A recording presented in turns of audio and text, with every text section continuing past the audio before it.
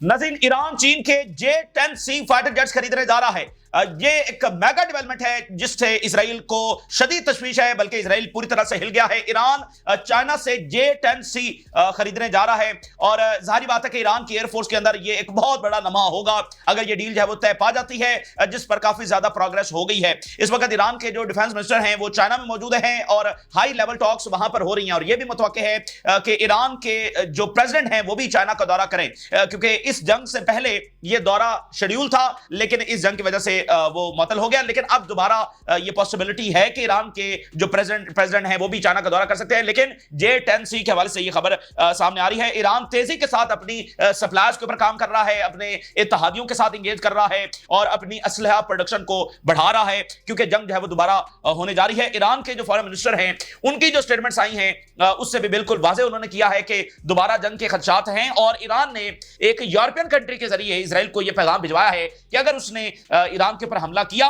तो फिर उसका भरपूर तरीके से जवाब दिया जाएगा, मुंह तोड़ जवाब दिया जाएगा, पहले से भी ज्यादा बड़ा हमला ईरान करेगा। और लेबनान जो है, लेबनान की ऑर्गेनाइजेशन हिजबुल्लाह जो है वो इजराइल के बॉर्डर्स के ऊपर अपनी डिप्लॉयमेंट दोबारा से कर रही है। आज ये ताजा रिपोर्ट सामने आई है। हिजबुल्लाह साउथ के अंदर, यानी लेबनान के साउथ के अंदर और बॉर्डर्स के साथ साथ वहां पर अपनी डिप्लॉयमेंट कर रही है और हिजबुल्लाह के जो सेक्रेटरी जनरल हैं उनकी भी स्पीच हुई है और उन्होंने कहा कि अगर दोबारा जंग छिड़ती है तो फिर भी हमारी पोजीशन वही है कि हम इसमें न्यूट्रल नहीं होंगे। और ट्रंप जो है वो तपे हुए हैं, जो न्यूयॉर्क के मेयर हैं वो बिल्कुल करीब पहुंच गए हैं और ट्रंप इस वक्त तपे हुए हैं उनके ऊपर। और न्यूयॉर्क के जो मेयर हैं उन्होंने अनाउंस किया है कि वो नेतन्याहू को गिरफ्तार करेंगे अगर नेतन्याहू न्यूयॉर्क आया, और उन्होंने कहा कि मैं ट्रंप के लिए डरावना ख्वाब हूं। तो ट्रंप साहब तपे हुए हैं कि ये न्यूयॉर्क का मेयर किस तरह से इलेक्ट हो रहा है। और गजा से बड़ी हॉरिफिक, हौलनाक और खौफनाक और दिल दहला देने वाली रिपोर्ट्स जो है वो नाज़रीन आज सामने आई हैं, जिसमें नाज़रीन ये पता चला है कि कैसे इजराइल ने वहां पर प्राइवेट आर्मीज दाखिल कर रखी हैं, यानी दुनिया के मुख्तलिफ जगहों से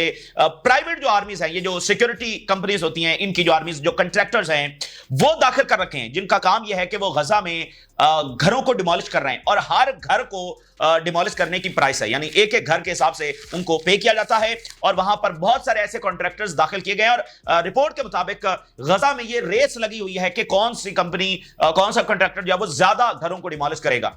ये इस वक्त गजा के हालात हैं। और इसके साथ एक और रिपोर्ट में ये बताया गया है कि जो एड सेंटर्स हैं वहां पर हैवी वेपन्स इस्तेमाल किए जा रहे हैं फलस्तीनियों के ऊपर जो एड लेने के लिए आते हैं, और बाकायदा कमांडर्स ये ऑर्डर कर रहे हैं, यानी बाकायदा ऊपर से ये ऑर्डर है कि जो भी एड लेने आए उसके ऊपर अटैक किया जाए और उनके ऊपर हैवी वेपन्स है, हैवी वेपन्स में मशीन गन्स भी आती, ठीक है ना, ये उनके ऊपर इस्तेमाल किए जाए। तो ये इंसानियत का सबसे बड़ा अलमिया है, सबसे तकलीफदेह चीज है जो गजा के अंदर हो रही है और इसके जिम्मेदार वो भी हैं जो खामोश बैठे हुए हैं। कोई जो भी बयानियां रखे कि अच्छा ये रियलिज्म है, अच्छा जी वो क्या करे, कोई जो भी बयानियां रखे, ये सब इसके जिम्मेदार हैं जो भी इसके अंदर खामोश बैठे हुए हैं। और मिडिल ईस्ट के जो मालिक है जो खामोश बैठे हुए हैं वो इसके जिम्मेदार हैं। अगर उन्होंने आंखें दिखाई होती इसराइल को, इसराइल की ये इतनी जुर्रत यहां पर ना होती।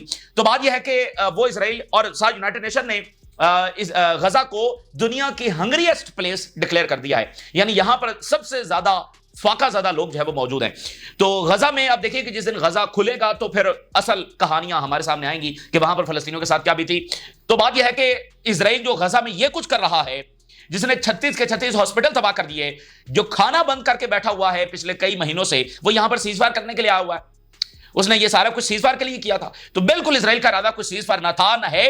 तो अगर सीजफायर होता है तो ये जाहिर बात है कि इजराइल की बहुत बड़ी डिफीट होगी और वो तमाम फ्रंट्स के ऊपर इस वक्त हार चुका है, ठीक है। और लेकिन यहां पर वो जेनोसाइड जारी रखे हुए, उसको कोई अस्करी कामयाबी जब नहीं हो सकी और इस वक्त वो अंडर सिवियर प्रेशर है गजा में सीजफायर के हवाले से। तो आज ये रिपोर्ट्स आई हैं, जाहिर बात है इससे और ज्यादा प्रेशर बढ़ने वाला है और खासकर मिडिल ईस्ट के मालिक के ऊपर बढ़ने वाला है।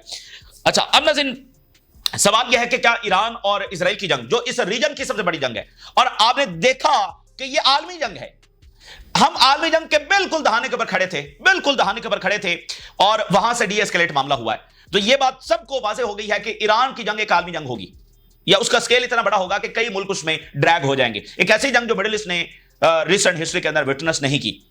तो यह बात तो वाज़ेह हो गई। तो अब सवाल यह है कि क्या ईरान और इजराइल की जंग खत्म हो गई है? अनफॉर्चुनेटली नो, ये जंग जब वो खत्म नहीं हुई है।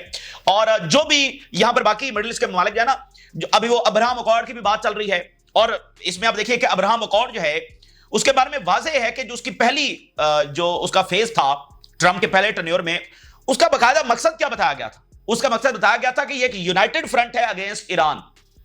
तो कहीं पर वो कोई जवाब इस्तेमाल करेंगे, यानी वो ईरान से सरेंडर चाहते हैं। ये जंग क्यों नहीं खत्म हुई? क्योंकि वो ईरान से जो सरेंडर चाहते हैं और ईरान सरेंडर करने वाला नहीं है। ठीक है, तो कभी वो इधर अब्राहम अकॉर्ड कर लेंगे, कभी कोई और कुछ करेंगे, तो ये मामला जब वो खत्म नहीं होगा, क्योंकि ईरान सरेंडर नहीं कर सकता बाकियों की तरह, जो जिन्होंने किया हुआ है ईरान सरेंडर नहीं कर सकता। और इजराइल जो है वो यहां पर कोई ना पीस करने आया है, ना वो किसी को बराबरी के हुकूक देने के लिए आया हुआ है, ना वो यहां पर किसी को टेक्नोलॉजीज देने के लिए आया हुआ है, ठीक है ना वो किसी को यहां पर सिक्योरिटी देने के लिए आया हुआ है, बल्कि वो यहां पर एक्सपेंशन करने के लिए आया हुआ है। तो जब तक इस रीजन के तमाम ममालिक उसके सामने सरेंडर नहीं कर देते, वो रुकेगा नहीं। तो अब वो जाहिर बात है दोबारा से ईरान पर हमला करने जा रहा है, एक दूसरा राउंड जो है वो होने जा रहा है, और आप देखेंगे कि इसमें उनको ज्यादा नुकसान होगा। और यह हमला जो है वो इन डेज भी हो सकता है, यानी दिनों के अंदर भी हो सकता है, ये हफ्तों के अंदर भी हो सकता है, और इसको शायद विद इन मंथ्स भी हो सकता है। और चूंकि ट्रंप भी थोड़ा सा ये चाह रहा है ना कि वो अमन का थोड़ा सा दोबारा ढोल पीट ले, क्योंकि वो बुनियादी तौर पर तो यही नारा लगा कर आया कि वो जंगों को जो है वो रुकाएगा। तो अभी इस वक्त आप देखें क्या ड्रामा चल रहा है। अभी ट्रंप साहब जहां पर जा रहे हैं वो एक ही चीज का क्रेडिट ले रहे हैं। देखो, मैंने ईरान और इसराइल की जंग रुकवा दी, तो सवाल यह है, कोई पूछने वाला पूछे कि बादशाह सलामत ये जंग शुरू किसने करवाई थी? अगर आपने रुकवाई है तो शुरू किसने करवाई थी? यानी वो ट्रंप अचानक से जो थर्ड पार्टी बन गया। तो अभी उसकी ये भी जरूरत है, क्योंकि अंदर से बहुत ज्यादा तनकीद हुई कि इसने बिट्रेल किया है, ये नारा कुछ और लगा कर आया था, लेकिन ये दोबारा से जंग छेड़ रहा है। तो वो चाहता है कि दोबारा से जो है वो थोड़ा सा अमन का जो ढोल है वो पीटा जाए, और दोबारा कहा जाए कि देखो मैं जंगे रुकवा रहा हूं। और अभी वो नोबेल पीस प्राइज की बात भी चल रही है, और अभी एक वहां के सेनेटर हैं, उन्होंने भी ये तजवीज पेश की है, सिफारिश की है कि ट्रंप साहब को जो है वो नोबेल पीस प्राइज मिलना चाहिए। तो ये भी एक सिलसिला चल रहा है कि दरमियान में ये भी थोड़ा सा नैरेटिव जब बना लिया जाए। और ये बात अब वाज़ेह है कि from that day one Trump जब से आया है, उसका मकसद ईरान के ऊपर हमला ही करना था। डिप्लोमेसी एक ट्रैप था, एक जवाब था ईरान पर हमला करने के लिए। लेकिन इस सारी प्लानिंग के बावजूद जो इजराइल और अमेरिका ने मिलकर की, और जो ईरानियन कमांडर्स असैसिनेट हुए, जो साइंटिस्ट अपनी फैमिलीज के साथ असैसिनेट हुए, उस समय ट्रंप ने ग्रीन लाइट दी। और दुनिया में कोई ऐसा नहीं करता है, यकीन मानिए। ये असैसिनेशन जो है ना, ये बहुत ही आखिरी दर्जे की एक हौलनाक चीज है जो कोई भी नहीं करता है। मैंने आपको मिसाल दी कि रशिया और जो यूक्रेन की जंग जारी है, रशिया ने कितनी असैसिनेशंस यूक्रेन में की हैं, ये नहीं होता है, ठीक है ना।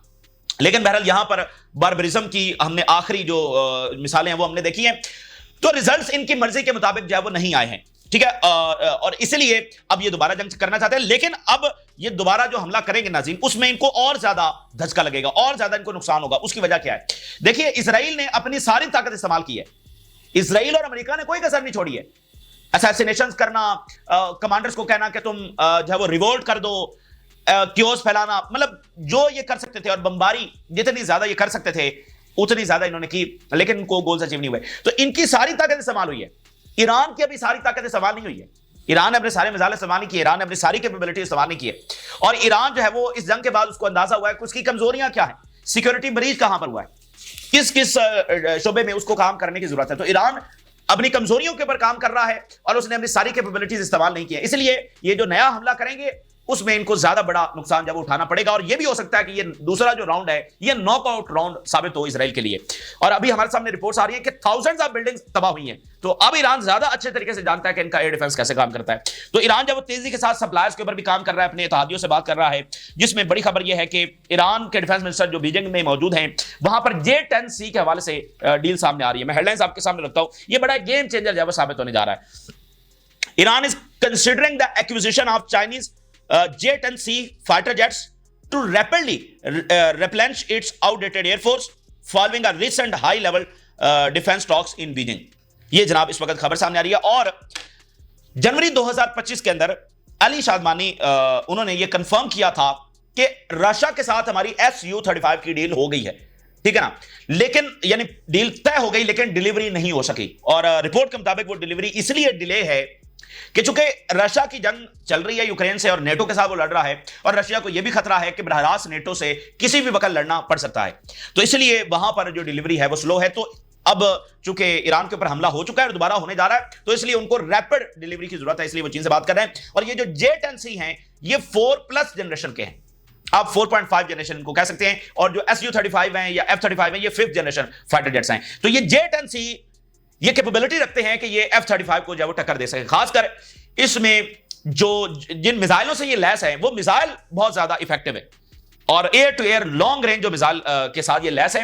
और चाइना ने यानी वो बड़े जबरदस्त मिसाइल बनाए हैं, तो उनका बड़ा किरदार है। यानी ये जो इजरायली तैयारे हैं उनको बकायदा ये टक्कर दे सकते हैं। तो अगर ये रैपिडली डिलीवर कर दिए जाते हैं ईरान को, तो अगले राउंड से पहले पहले अगर ये डिलीवर हो जाते हैं तो फिर ईरान की जो एयरफोर्स है उसकी ताकत में भी बहुत ज्यादा इजाफा होगा। अभी तो उन्होंने ये सारी जंग एक भी फाइटर जेट इस्तेमाल किए बगैर लड़ी है, एक भी फाइटर जेट ईरान का नहीं उड़ा है। तो अगर ये जेट से आ जाते हैं, जारी बात है एक उनकी बड़ी ताकत ये होगी। जो ईरानियन एम्बेसडर हैं बीजिंग के अंदर, उनकी जरा स्टेटमेंट देखिए। We hope that Europe and the US give up the illegal actions and authoritarian hegemony.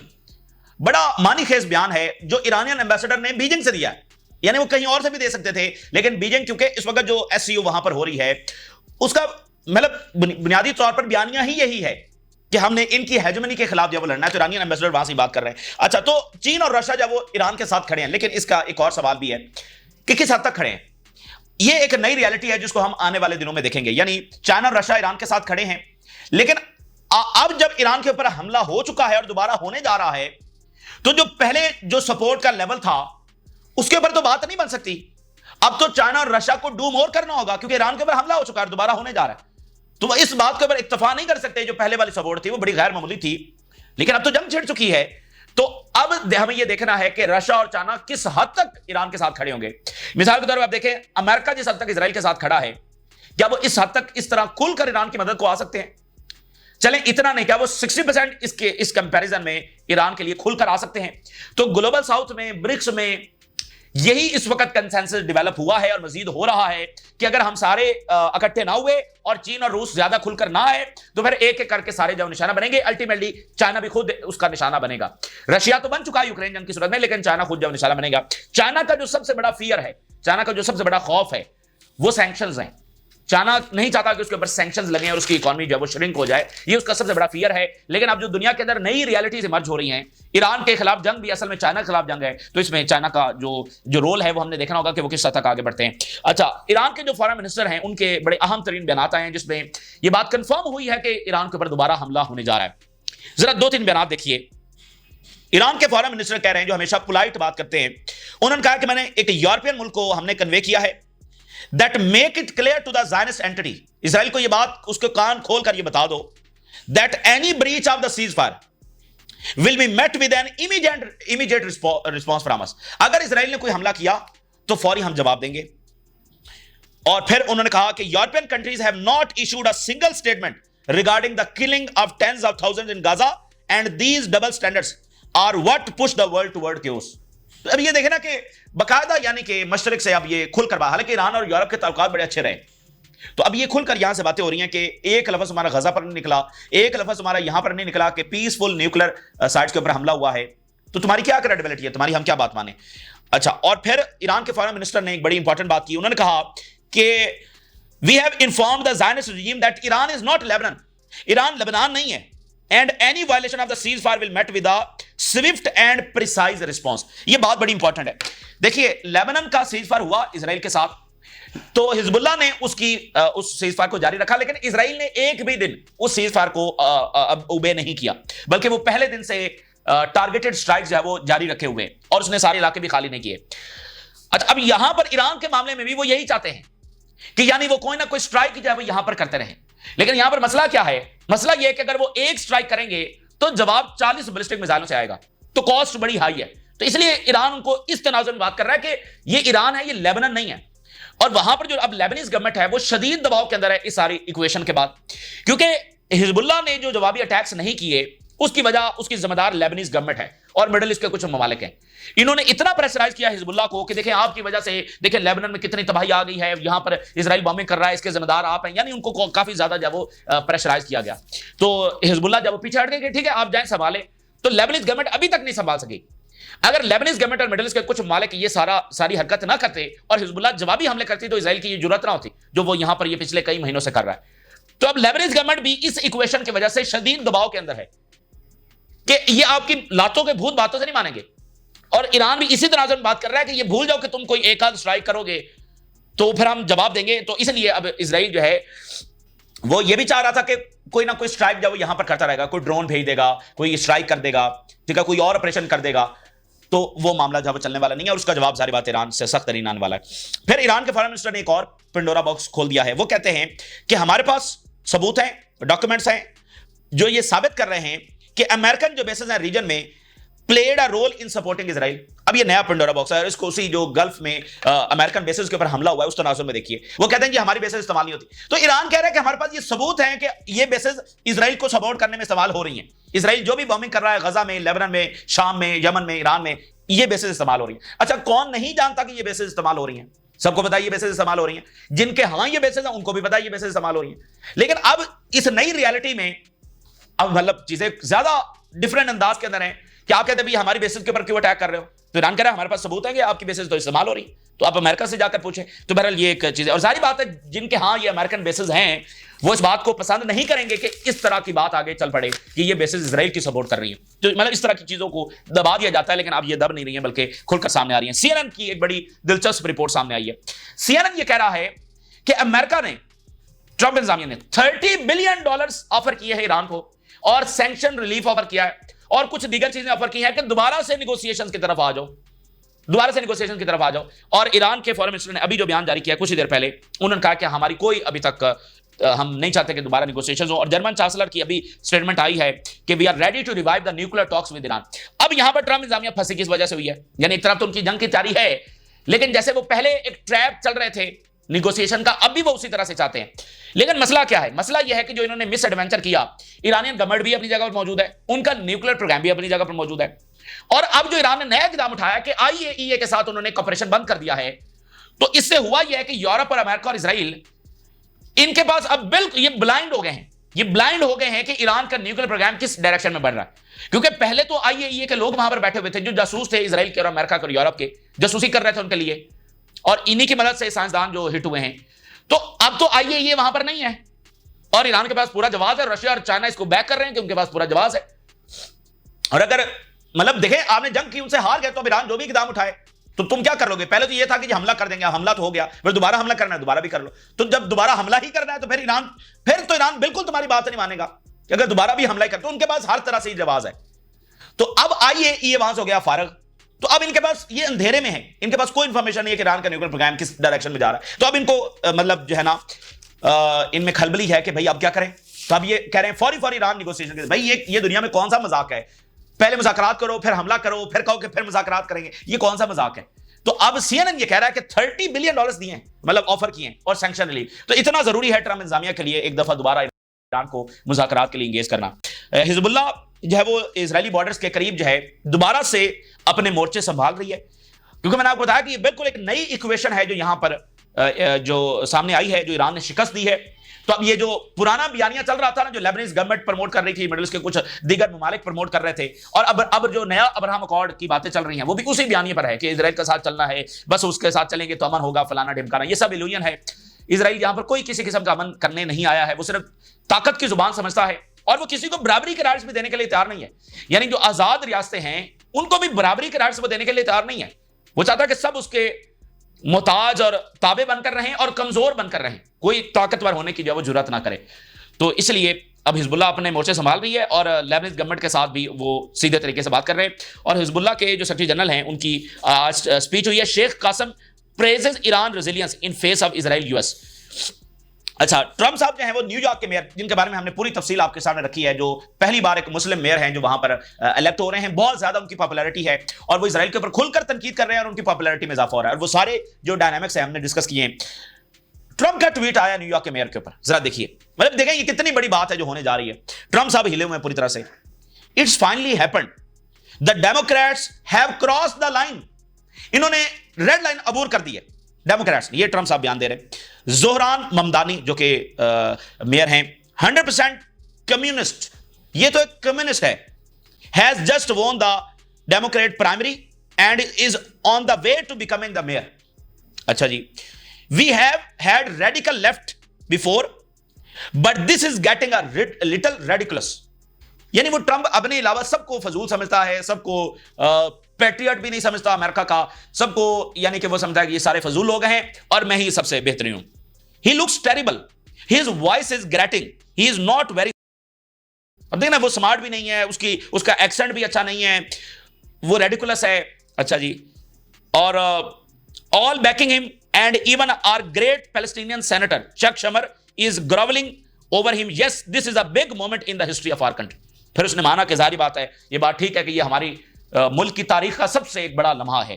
तो ये अमेरिका के अंदर बहुत बड़ी, यानी इसने पूरी जो पॉलिटिकल एलीट है उसको हिला के रख दिया है कि न्यूयॉर्क के अंदर एक शख्स जो इजराइल के ऊपर खुलकर तनकीद कर रहा है वो मेयर मुंतखब हो रहा है, इसने उनके पॉलिटिकल एलीट को हिला कर रख दिया है। तो ये तब्दीली है जो वहां पर आ रही है। ये ताजा तरीन सूरत हाल है जो आपके साथ शेयर किया, आपने राज लगा करें। इजाजत दीजिए, अल्लाह हाफिज।